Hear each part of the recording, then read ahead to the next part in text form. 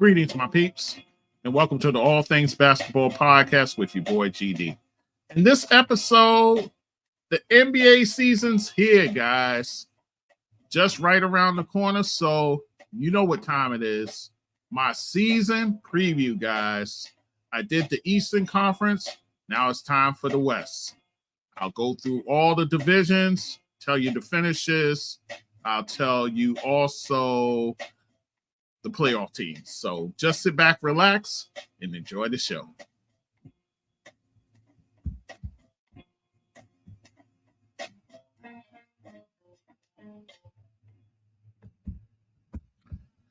Okay, guys, it's your boy GD back with the All Things Basketball with Basketball GD podcast with yours truly. And the NBA season is here. So we will talk about all the teams. I already covered the Eastern Conference. It's time for the West. So without any further delay, let's do this. So we will start in the Southwest Division. So we will start, and just to give you of how I'm doing this, a little bit of how I'm doing this. I'll take each division, I'll go alphabetically, and then at the end, I'll give you my order of finish. All right? So that's how we're doing it. The Dallas Mavericks. Their potential starting lineup, of course, Luka Doncic, he's there. Kyrie Irving, forming that dynamic duo in the backcourt, along with PJ Washington, Klay Thompson from the Golden State Warriors. He'll be in that starting lineup as well. And Daniel Gafford. Coming off your bench, back for his second stint with the Mavericks, Spencer Dinwiddie. He'll be the third guard for that team. Najee Marshall, he's coming in. They got him from the Pelicans. Derek Lively, their young, impressive big there. Also, you got guys like Jaden Hardy, Quentin Grimes, who you got from Detroit, and then Max Kleber also. The question is, can they make another run to the finals? Big question there. I think it all stems from Luka's health, guys. I think if Luka's healthy, anything goes for that team. And then also, too, tied to into that is my next question. How much does Klay Thompson have left in the tank? Supposedly, from what I've been hearing in the preseason, people are saying, oh, he looks washed. So was he kind of playing it coy until regular season, and then you'll see what he can do? Don't know. But I would reserve judgment till I see him in the regular season. Then I could give a definitive on the whole theory that he's washed or not. So we'll see. And then your centers. Is it Gafford or is it Lively? I think initially they'll be Gafford, but I think as time progresses, maybe Lively overtakes him at some point, but I think now Gafford is the way they go at the center position. The Houston Rockets, a team that kind of came on down the stretch last season. Their potential starting lineup, Alperen Sengun, who ended up being a finalist in the Most Improved Player. So he'll be at your center position. Jalen Green, who played out of his mind down the stretch last season. Fred VanVleet, of course, your de facto point guard there. Dylan Brooks. And Jabari Smith Jr. And then on your bench, Amen Thompson, Steven Adams. You get him back. He's healthy now, so he'll be the premium backup to Sengun, Tyree Eason, Cam Whitmore, they're promising forward. Also, Aaron Holiday and Reed Shepard, they're rookie. So, and then you have Coach Ime Udoka over there running the show. And the question for them, are they ready to take that next step into the play-in or perhaps playoff even? I think they could be one of the teams, guys. I'll talk about that when I talk about order of finish and then when I talk about playoffs. And has Jalen Green turned the corner as being one of the team's top players? I think he has. I think there was something about him becoming a father and all those things where a light just went on, man, and he played fantastic, man. So I think if he brings that in, if he's able to incorporate that with what Sengun gives you and the rest of this lineup, I think they have a makings of a very good team in this Western Conference. The Memphis Grizzlies, your potential starting lineup, of course, you have Ja Morant back in the fold, Jaren Jackson Jr., of course, Desmond Bane, Marcus Smart. I think he'll be in the backcourt along with Ja. And then Zach Edey, the rookie from Purdue. I think he'll be your starting center, guys, thus giving way for Jaren Jackson to slide back to a power forward position. Coming off your bench, Santi Aldama, who last year he played pretty good for them guys. Brandon Clark, he's back healthy. He had a knee issue that really derailed his season last year. Luke Kennard is there, your shooting guard there. John Concard. G.G. Jackson II, he really showed something last season, guys. Scottie Pippen Jr. and then Vince Williams Jr. The question for them, will Ja return as a top 5 point guard in this league? I think Ja Morant, I think last season really humbled him. And I think I would like to think, let me put it that way. I would like to think he'll come back hungry and ready to prove the naysayers wrong. He is a talent in this league. Make no mistake about that, guys. When he's on, he's one of the top flight point guards in this game. And I think this season he wants to, at least I hope, he wants to put the naysayers to bed and just help this team do what they need to do to get to the next level. And then how will Zach Edey make out as the rookie starting center? I mean, he kind of has it made, guys, playing next to a guy like Jaren Jackson Jr. All he has to do is, put on a couple of moves inside. I think he could possibly do a double-double as a rookie. That's how good I think the kid is. So I think he'll be just fine there. Sure, he's a bit slower foot, but I think, too, he can give the defense problems. So it kind of goes both ways, but I think he'd be a nice addition in that starting lineup. I think Ja will be able to lob it up to him and he do his thing. So, yeah, I like him in the starting lineup for them. So let us move on. The New Orleans Pelicans, their potential starting lineup, Zion Williamson, who I heard lost some weight, so it seems like he's dedicated and ready to go, guys. Ready to keep the off the court nonsense to a slow boil. Brandon Ingram, also CJ McCollum, DeJounte Murray, who they got in the Atlanta deal. And from what I'm hearing, guys, they want to put Herb Jones at the center position. I was kind of surprised by that, to be honest, but That's what they're going with.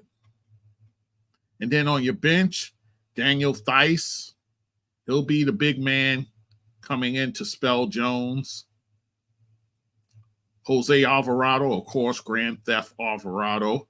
He'll be his usual menace self in the backcourt. Yves Missy, a young center there who could maybe, when all is said and done, maybe vie for a starting spot himself. We'll see. Trey Murphy III, who, from what I hear, he's already dealing with an injury, guys. If I'm not mistaken, last year he started the year hurt. So I'm like, really? Jeez. So Trey Murphy, guys, he's a kid who can light it up when he's healthy, but the problem is his health. So right now, they're saying that, oh no, they gave him an extension. They gave him a rookie extension, 4 years, $112 million. But he's dealing with the hamstring injury, so we'll see if he's ready to make himself ready to be back in that lineup. We'll see.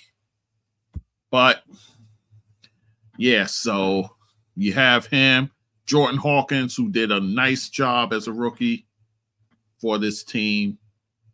The question is, who will run the point? Will it be McCollum or it be DeJounte Murray? Because the rumblings, I heard that it'll be CJ doing it. I'm like, why, when you got a guy like DeJounte Murray who knows how to run it? So who am I to say, but we'll see how that shakes out. I'm not even sure yet, to be honest with you. And then who will eventually become the starting center? My smart money's on the young kid, Yves Missy. I think when all is said and done, I think he could squeeze in there and be the starter. I don't see Herb Jones as a starting center. I just don't. So, again, what do I know? I just got this little podcast here, but what do I know? But I digress. So we'll see what happens. And then the San Antonio Spurs, their starting lineup, Victor Wembanyama, of course, CP3, Chris Paul there. I thought it was an excellent get by them. Got him. He was with Golden State last year. Devin Vassell, who's going to start the year hurt. He's another one, guys, who he's going to miss some time. From what I understand, it could be, let me check and make sure, doing this in real time, guys. But yeah, from what I hear, he's going to miss at least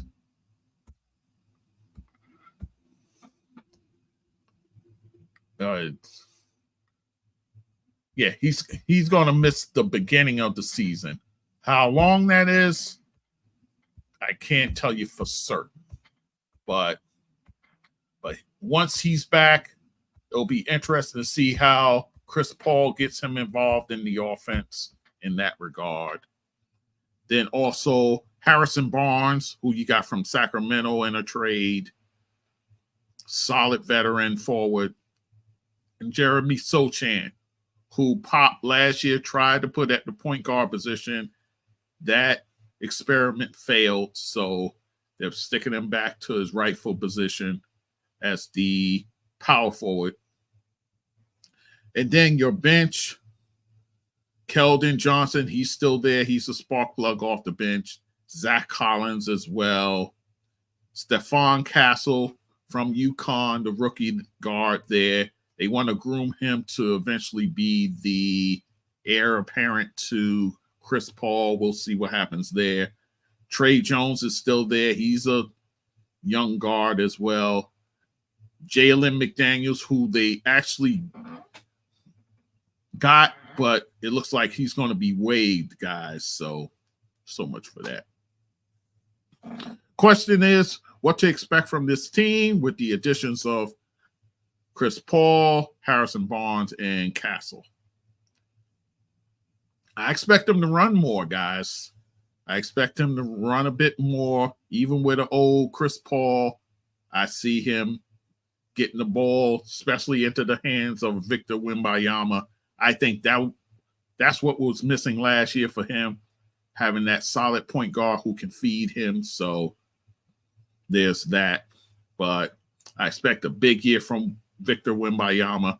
I still expect Popovich to kind of manage him a bit. He did play at least 70 games last year. That was great.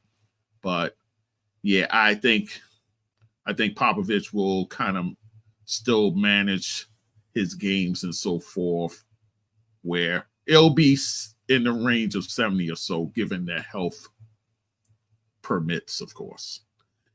And then to finish for the Southwest Division, I'm going to say Dallas first. I think Memphis will be all the way back, guys. I'm picking them second in that conference. And then Houston.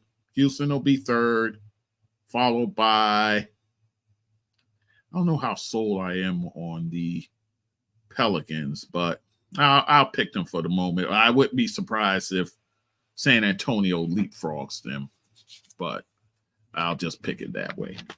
Moving on to the Northwest Division, starting with the Denver Nuggets. Of course, their starting lineup, the Joker, Jamal Murray, Michael Porter Jr., Aaron Gordon, and then I think that fifth position will go to Christian Braun. He'll be the guy filling in now that KCP has gone to the Orlando Magic. Talk about Kentavious Caldwell-Pope. Then off your bench, Russell Westbrook, who they were able to get from the Clippers. And then Perry Watson, Dario Saric, and he's still there. DeAndre Jordan. Yeah, he's still there as the Joker's backup. So question is, where is the depth behind their top four guys? Where's the depth for this team? That's my worry with the Denver Nuggets. I mean, you still have the guy like the Joker, so he'll definitely keep this team amongst the top 6 teams, I think. Can Russ step in for a prolonged absence if Murray was to go down? I think he could. I think Russell Westbrook is a guy who could fill in for Murray. He's not going to give you the scoring that Murray does, but you'll just have to rely on other guys like Porter Jr. or Aaron Gordon or possibly even Brown. So, but that would be my concern with the Nuggets, their depth. Minnesota Timberwolves, their potential lineup. We talked about the Karl Anthony trade. So Anthony Edwards, Julius Randle now, Dante DiVincenzo, he'll start as well. Michael Conley and Rudy Gobert. I think that'll be probably your starting lineup. Whether they put Edwards at the small forward position or Dante DiVincenzo will remain to be seen. Then off your bench, Jaden McDaniels. He'll be there. Nas Reed, who won Sixth Man of the Year last year. Nickeil Alexander-Walker. And then Rob Dillingham, their rookie, who will be the heir apparent for Mike Conley when he's done. And then Luke Garza as well. And then the question is, how will a post-Cat team look like? And I think all hinges on the health of Julius Randle. Is that shoulder completely healthy?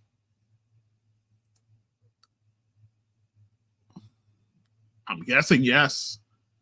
Otherwise, the trade wouldn't have went down, but it's looking like he's healthy. I know he didn't play in all that many of the preseason games, so there's that. But as far as Randall goes, I think what he does for this team will go a long way. Now that he's not in New York, and he kind of runs into the problem he had in New York. He's going to be the second fiddle now to Anthony Edwards. And how him and Edwards get along, I think that'll bear some watching as well. You know, Edwards, you know, I talked about him when I did one episode where, you know, he was disparaging the older players. He could come off as a bit of a knucklehead. He can. Ultra talented, but he can come off a bit strong. So how him and Randall mesh, I think I'll keep a slight eye on that to see what happens there. But yeah, so that's my question as far as the Timberwolves go. I think, again, Randall's health is key to what happens with this team. Looks like he's ready to go for the season opener, so we'll see what happens. Oklahoma City Thunder, top team in the West last season. Their potential starting lineup: Shai Gilgeous-Alexander, of course, their MVP type player, Chet Holmgren, who had a fine rookie season. I use the air quotes. And then Jalen Williams, who is a fine fit with this ball club as their number 3. Lou Dort, he's in that lineup as well. And I think things could change, guys, because Isaiah Hartenstein, who they got in free agency, he's going to be out 5 to 6 weeks with a fractured hand. So they're going to have to figure some things out. I think now a guy, maybe Chet Holmgren, goes back to the center position. You were kind of freeing him up to play power forward, but that's not going to be the case right now. So maybe he goes to the center, and then guys start to move up the lineup. You bring Alex Caruso in to be a starter now. I think that's probably the way that Mike Daignault goes, the coach over there. Isaiah Joe coming off your bench, Aaron Wiggins, Kenrich Williams, the other Jalen Williams, and then also Kayson Wallace. So those are your guys coming off the bench. And then the question is, can they finish as the top team in the West again? I would have comfortably said yes if you had Hartenstein healthy. But the fact that you don't, I mean, they were a top team before that, but I guess now with them being the hunted, that adds kind of a different flavor to things, but it's possible. It's possible. We'll see. I think, like I said, if it's 5 to 6 weeks, he'll be out.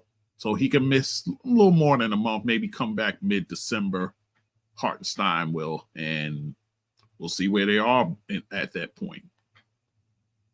Portland Trailblazers, their potential starters: Anthony Simons, of course, Scoot Henderson, their rookie from last year, who had an uneven rookie season, Jeremy Grant, Dene Avaji, who they got from the Washington Wizards in a trade, and then DeAndre Ayton.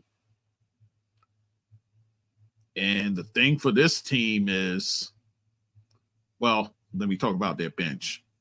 Shaedon Sharpe coming off their bench, Robert Williams III, Donovan Clingan, who is a rookie.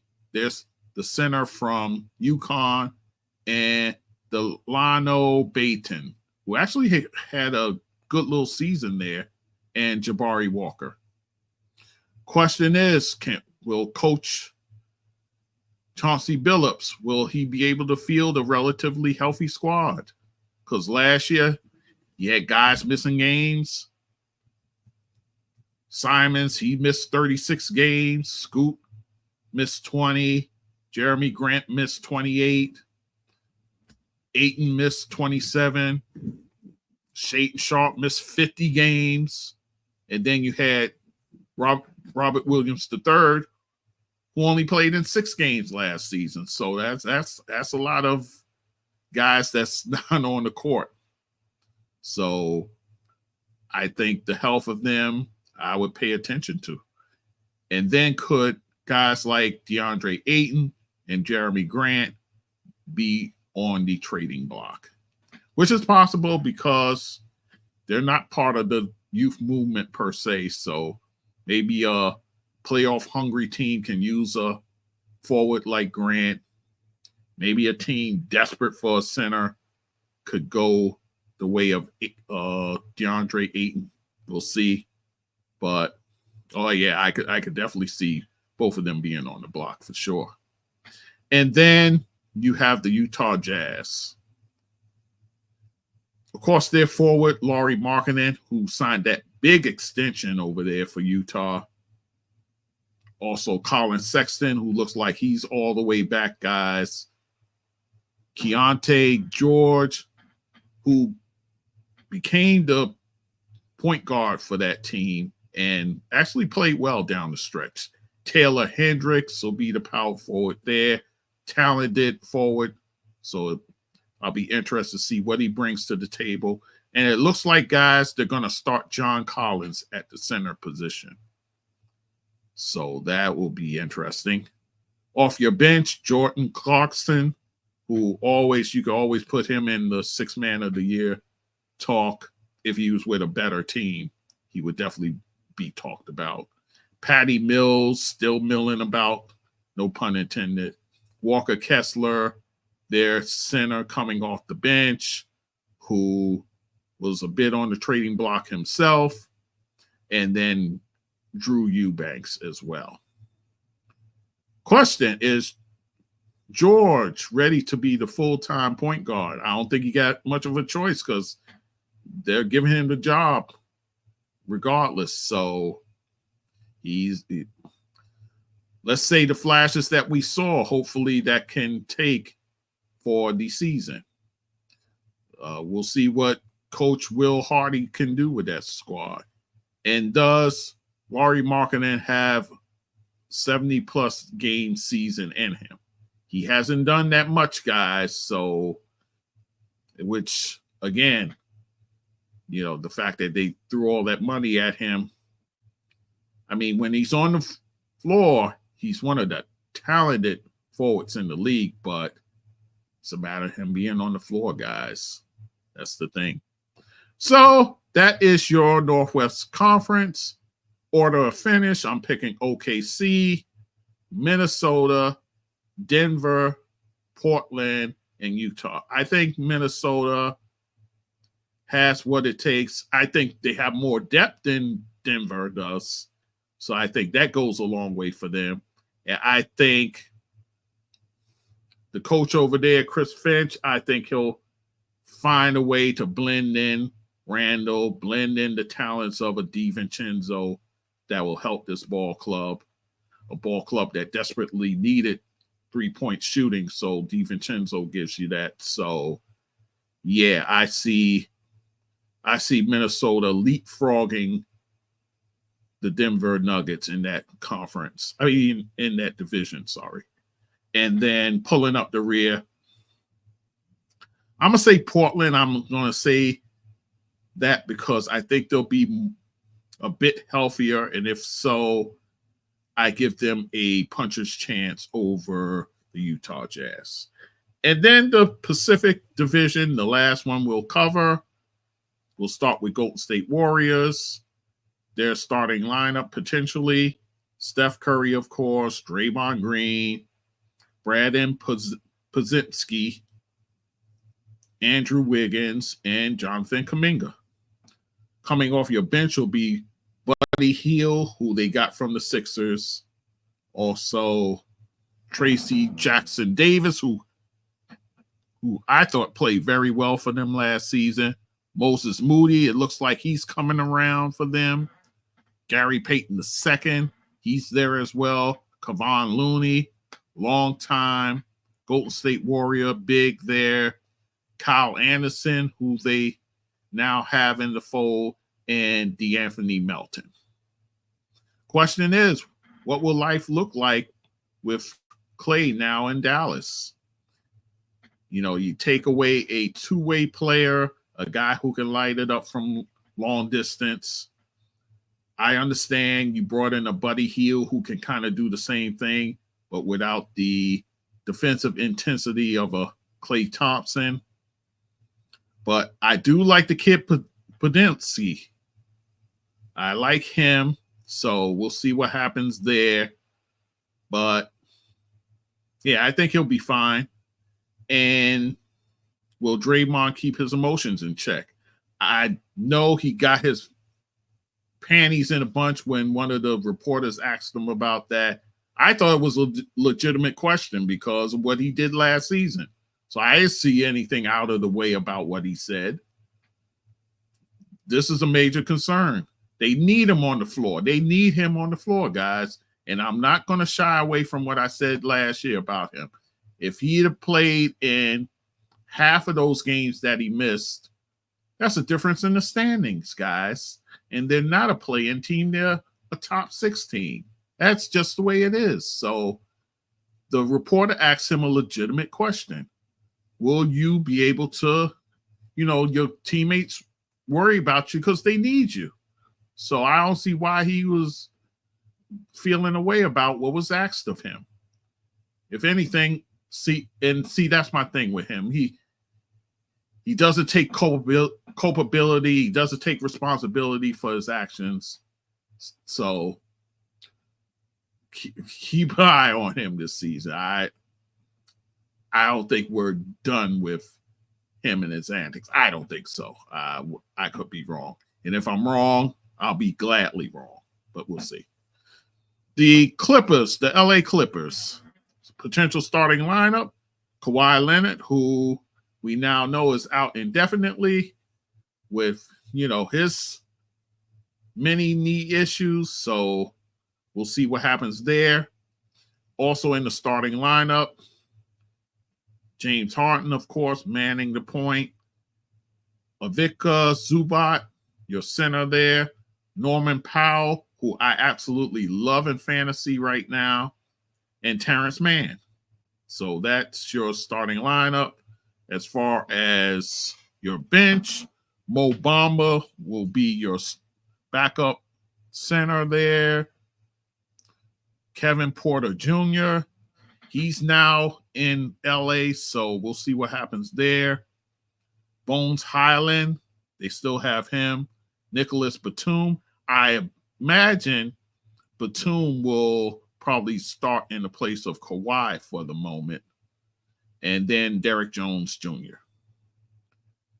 And, of course, my question is, will Kawhi give them another 65 to 68 games like he did last season?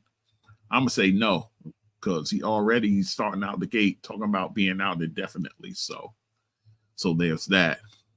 And can both Terrence Mann and Norman Powell make up what was lost when Paul George left? I say they have no choice now that Kawhi is down. So definitely have no choice.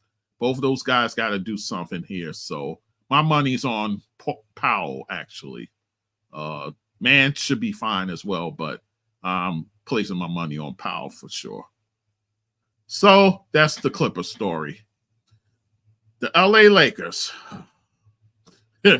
Potential starters, LeBron, of course, AD, Anthony Davis, Austin Reeves, D'Angelo Russell. I think your fifth starter is Rui Hachimura. Coming off your bench, Jarrett Vanderbilt, Gabe Vincent. Let's see if he's healthy for the season. He missed all of last season, guys. Jackson Hayes as a backup big. Max Christie there. Also, Dalton Knecht, your rookie there. I think he could make an impact. Cam Reddish. And then, of course, Bronny James as your rookie. Question. How much does LeBron have left? I say so far so good, guys. You know, one day he'll break down. I don't know if that day will be this season, the next season, or the next. He keeps himself in such great shape, but I guess we'll all have to see in that regard. And then will they get consistent play from their backcourt of Reeves and Russell? They have to if they want to at least get in that top 6 echelon there. They have to, guys. So we'll see. And then the health of Vanderbilt and Gabe Vincent. I think that is key for them because they need guys who can defend, who can get out there on people. Right now, you don't have much of a defensive stopper other than Anthony Davis. So there's that. And then, of course, you have first-year coach J.J. Redick. Not sure what he wants to run over there, guys. I'm sure he's not looking to have them run up and down the court, not at LeBron's advanced stage. So I'm sure he's going to want more three-point shooting, more than likely than not. So we'll see what happens there. The Phoenix Suns. I know people want me to say, what about the Bronny effect? I'm not even counting that in the mix. I don't think he makes enough of a imprint on this roster for that to be a question. Sure, they'll have the historic moment of them being in the game together at some point in the season, but that's just for novelty and nostalgia or whatever you want to call it. Anyway, I'll leave that there. And then Phoenix Suns, right now, I'm looking at for starters, Kevin Durant, of course, Devin Booker, Bradley Beal. Of course, we'll see what Bradley Beal can give you. Joseph Nurkic. And then also Titus Jones. So you finally got a point guard there to man the fort for this team. On the bench, Grayson Allen, probably your first guy coming off the bench there. Royce O'Neal, Monty Morris as well, a backup point just in case. Miles Plumlee, Bol, and then Ryan Dunn, your rookie for that team. Question being, can their big three keep them among the top 6? They barely did it last season, guys. I think now with a point guard, I think that should kind of help in that regard. You don't have guys to have the ball in their hand much. So you got a guy that can set them up. So I think he will make things easier for this team. So, yeah, so I kind of answered both questions. I was going to ask about Titus Jones at point guard. I think having him in the fold, he was with Washington last season. It's tough to get a gauge as bad as they were, but he's with a much better ball club. So I think you'll see much better play for him. In fact, I've been taking him at the end of my drafts, thinking that, sure, he may not shoot it all that, but he'll be able to dish the ball and kind of be a threat in that regard. And then the last team we will analyze, the Sacramento Kings. Your potential starters, De'Aaron Fox. Also, Domantas Sabonis, DeMar DeRozan, Keegan Murray.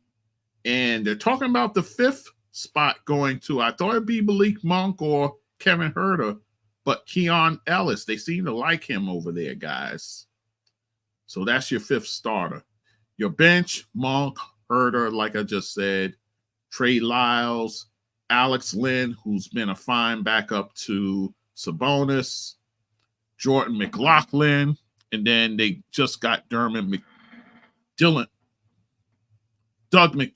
I'm sorry. I'm thinking of the actor. Who can light it up from 3. Of course, the question is DeMar the missing piece for this team? I don't see why not. You know, you're basically replacing DeRozan with what you had in Harrison Barnes. I think DeRozan is the better player.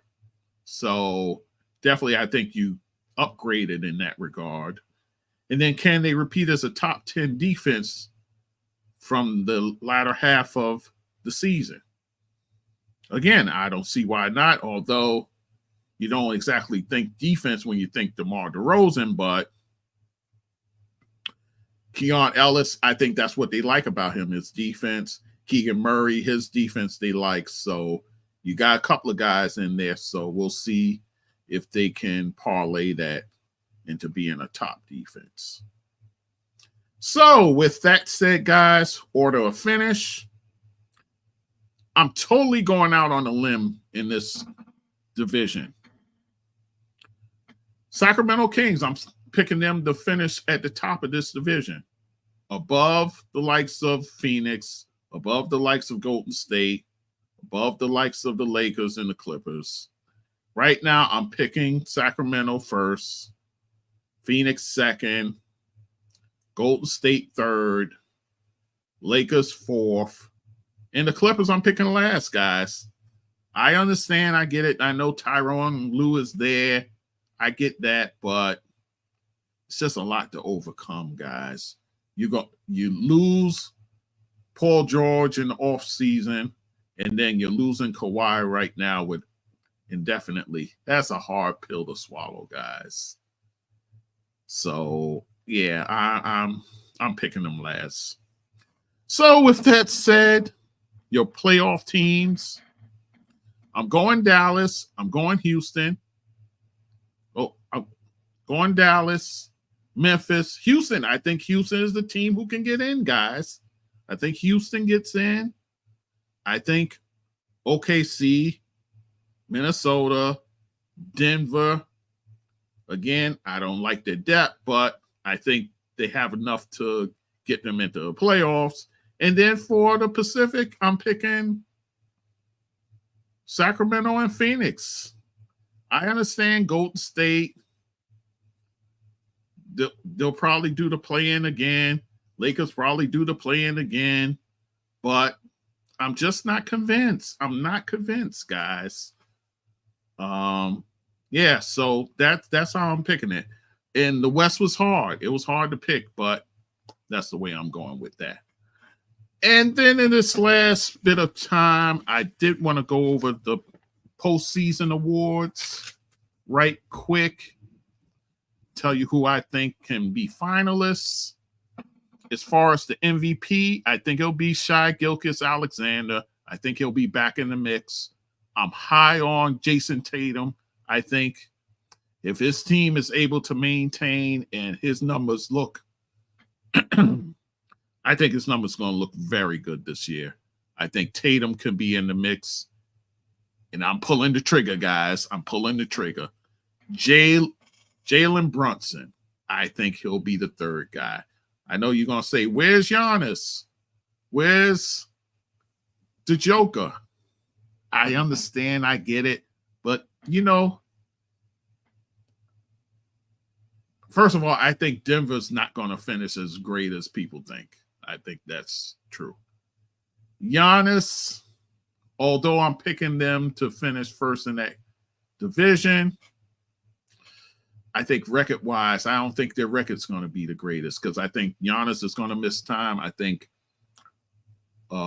Dame will miss time as well. So they'll win that division, but I think it won't be overwhelming. So, yeah, so I'm picking these three. SGA, Tatum, and Brunson because I think the Knicks is going to just be one of the top teams in the whole NBA. Rookie of the year. This was a tough one, but I'm going to say probably the top pick in the draft, Zachary. I'm saying him for Atlanta, Alex Sarr for Washington, and then Zach Edey. And mind you, they're the only three players in that draft who are starting. So I'll say those three guys there. Again, I give an outside shot to a guy I mentioned in Chicago, Matas Buzelis. I think he could surprise. And then the forward in Charlotte as well, Solon. I think he could surprise as well. So, but I'm picking those three guys because at least I know they're starters and they'll play. Coach of the year, I think it'll come down to Ime Udoka because I think he'll have his team back in the fold. Taylor Jenkins for the Memphis Grizzlies. I think he'll have Memphis back and up and running. And Tom Thibodeau, I think if he challenges for best record in the NBA, which I think he can, I think he'll be in the mix as well. So I'm picking those three guys as finalists. Defensive player of the year, I think this should have been the three from last year, to be honest. Victor Wembanyama, Jaren Jackson, although Jaren Jackson was hurt much of last season, but I'm picking him. And then Anthony Davis. I'm picking those three guys as finalists for defensive player. Most improved player, I think it'll be Scotty Barnes. I love what I see of Brandon Miller so far, so I'm picking him. And then Jalen Green, a guy who finished well down the stretch. I think he carries that into the season. And I think he's in the conversation for most improved player. Sixth man of the year, I'm going Ben Mathurin for the Indiana Pacers. Bobby Portis, every year you can pick Bobby Portis amongst the top three, and you won't be wrong. And then Grayson Allen. I think Grayson Allen, because of the fact that a guy like Bradley Beal missed time, Durant could miss some time here and there. I think Allen could be one of those guys who can fill in and still give you production off the bench. And then executive of the year, if they finish the way I think they finish, it should be a layup, guys. Leon Rose should be executive of the year. Quit playing around. You should have gave it to him a few other seasons now. But if the Knicks do what they got to do, it'll be Leon Rose. All right, guys. So that's it for me. Once again, all things basketball with GD.com. That's the website. Of course, there you can find all my stuff there, episodes, videos, support buttons, support this podcast, guys. I got a lot in store for this season, so help a brother out, trying to get to different games and so forth. Your dollars would make that work, so support this podcast. My support buttons are there. Spotify button where you can donate. Buy me a coffee is there. Also, my PayPal button's there. And Cash App. GD That Sports Dude. $ GD That Sports Dude. Again, $ GD That Sports Dude. I should probably put it in the ticker. I think next time I'm going to put it in the ticker as well. This way you guys see it. So, yes. And then YouTube. I have a YouTube channel, of course. You can find my full episodes. You can find my shorts there. I'm starting to put shorts back on there, guys. Social media, TikTok is where I create the shorts, and IG is where I distribute them. Also do it on Facebook. Twitter, I don't do it as much. I really don't. I can't be bothered with the nonsense on Twitter. I know a lot of people use it, but to me, Elon Musk, I can't roll with him. And then Facebook as well. So, all right, guys. So, again, that's it for me. I'll be back again. You know me, I'm going to give it at least 10 or so games. I don't like to make judgments after a couple of games, after a week's time. I got to ingest the season some in order to get kind of a picture of what's going on. So, you probably won't hear from me a minute. But I still want to work on the Dikembe Mutombo episode. I'm going to work on that. Maybe I'll do that in the interim before I give you a recap of what's going on. All right, guys. So thank you for listening. As always, we'll talk soon. Take care.